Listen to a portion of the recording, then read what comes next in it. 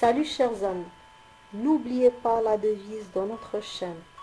Apprendre est toujours amusant.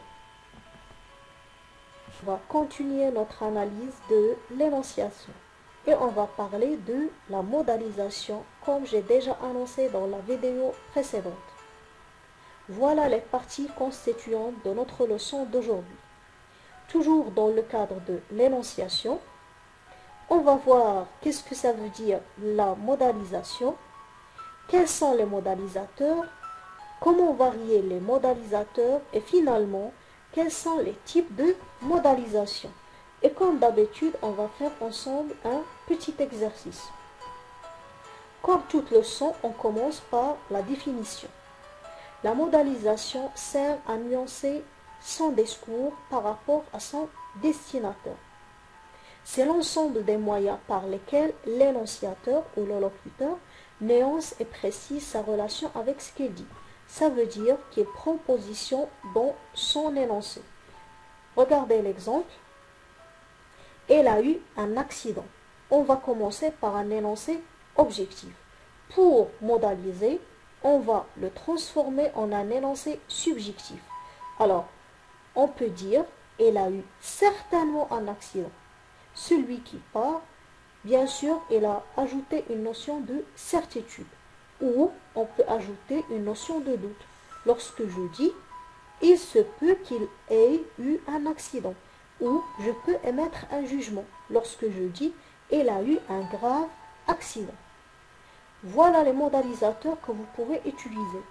Vous pouvez utiliser des verbes de modalité qui sont très connus. Le verbe pouvoir, devoir, falloir, vouloir qui sont souvent suivis du subjonctif. On peut utiliser tout simplement le conditionnel parce que lui seul, il exprime une notion de doute. On peut utiliser aussi le futur antérieur. On peut utiliser quelques adverbes ou locutions adverbiales qui expriment la certitude ou la probabilité. Ou on peut utiliser des verbes d'opinion.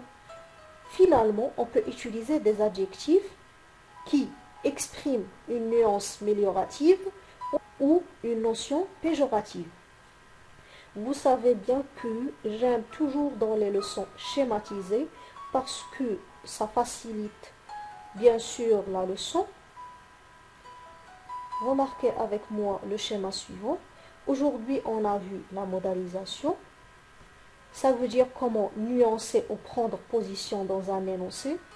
On a vu qu'il y a deux nuances de sens, soit qu'on a une position positive, alors on ajoute des expressions amélioratives ou appréciatives, ou on a une position qui est négative, alors on ajoute des expressions dépréciatives ou péjoratives.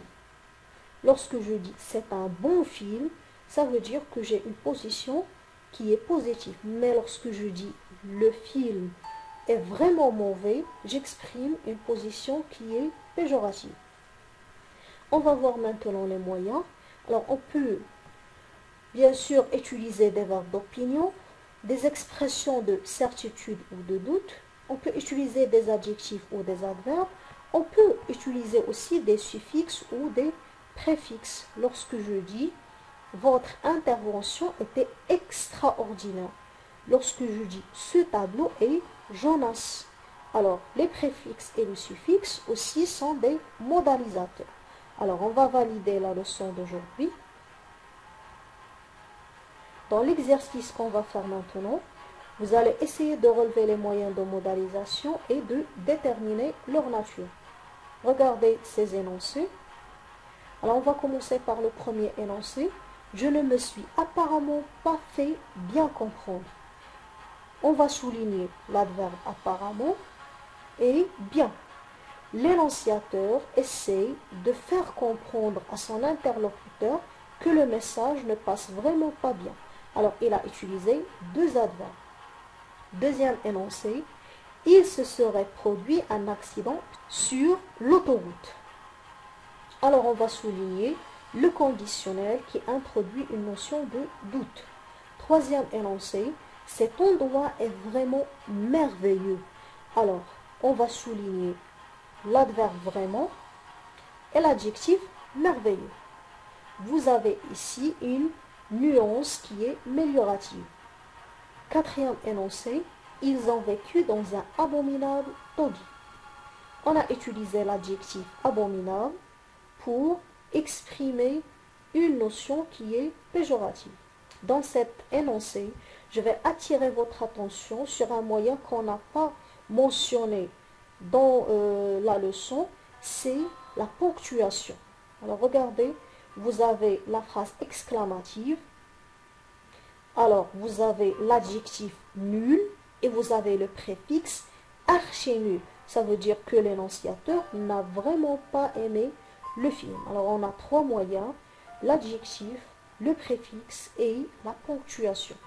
Sixième énoncé, à cette heure-ci, il doit déjà être parti. Tout simplement, on a utilisé le verbe devoir, c'est un verbe de modalité. Finalement, vous avez elle ne pourra sans doute pas venir nous aider. Vous avez l'expression sans doute qui introduit une nuance de certitude. Voilà, la vidéo d'aujourd'hui a touché à sa fin. J'espère que vous avez saisi la leçon d'aujourd'hui.